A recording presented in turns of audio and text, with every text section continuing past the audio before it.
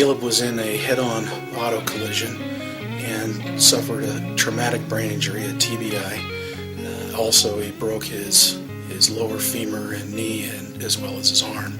A traumatic brain injury for Caleb basically means the impact of a head-on collision was such a sudden stop that the tissues in the brain slammed against the forward area of his skull and back, and all through his brain, millions and millions of cells were killed. When I first got to the hospital and Caleb was in the intensive care unit at Primary Children's, of course I was devastated because we didn't have any idea what kind of an experience we were going to have. We didn't even know if he was going to live. At this point, we were transitioning through the stages of the Rancho scale, which are ways to measure the recovery of a brain injury patient. And we were in the very low stages at this point.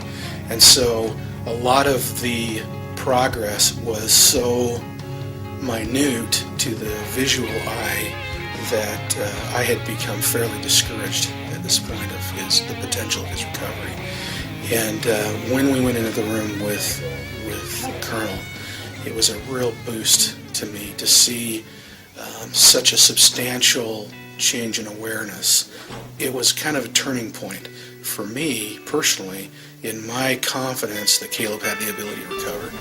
You're doing great. Awesome, dude. Good job. Awesome. Good job. Throw me out here. Oh, yes! Nice one! Look at that. Nice one, yeah. Oh, yeah, do you want to get it? It's just right there. He's so sad. He's so everywhere. He's so dares. The most activity he's had all day. Oh. He's the most responsive he's been. Oh, isn't that nice? To have something much more engaging like the dog is really helpful. And if you notice, sometimes the children don't have control of their bodies, and the trick with a lot of times is getting him motivated enough to move. And if you've watched him, you could see his motivation to try to pet the dog, to open his hands to do that. That can be a really hard thing. I think that's a little smile you got going there. I You think happy? so too. Colonel is the coolest dog ever, I tell ya. Oh, Yeah, are you gonna give him a hug with your leg too? that's good. I noticed that every time he would see Colonel, he was more alert, and there was a little step in his awareness, and he'd forget what was normal and would usually do just a little bit more than what he had already been doing. You got it. Yeah, take it nice. Very, very, very nice. Did you get licks on your fingers? It was about a month after that first visit when we got to really play with Colonel again. And by that time, Caleb had become much more aware. Yes. I guess he likes me a lot. You know what? He loves you a lot. He does. He thinks you're a pretty special boy. You are. All right, Caleb. Ready? Big reach. Nice. Good work.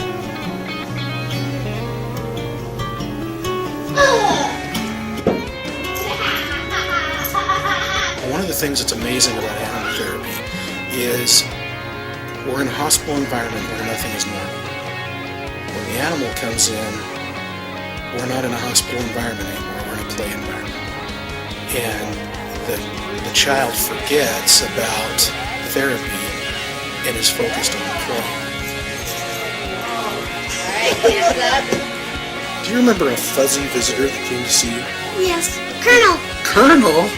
Yeah, what did you think of Colonel? Awesome. Awesome, huh? You liked Colonel? Yes, a lot. Really? How come you liked Colonel so much?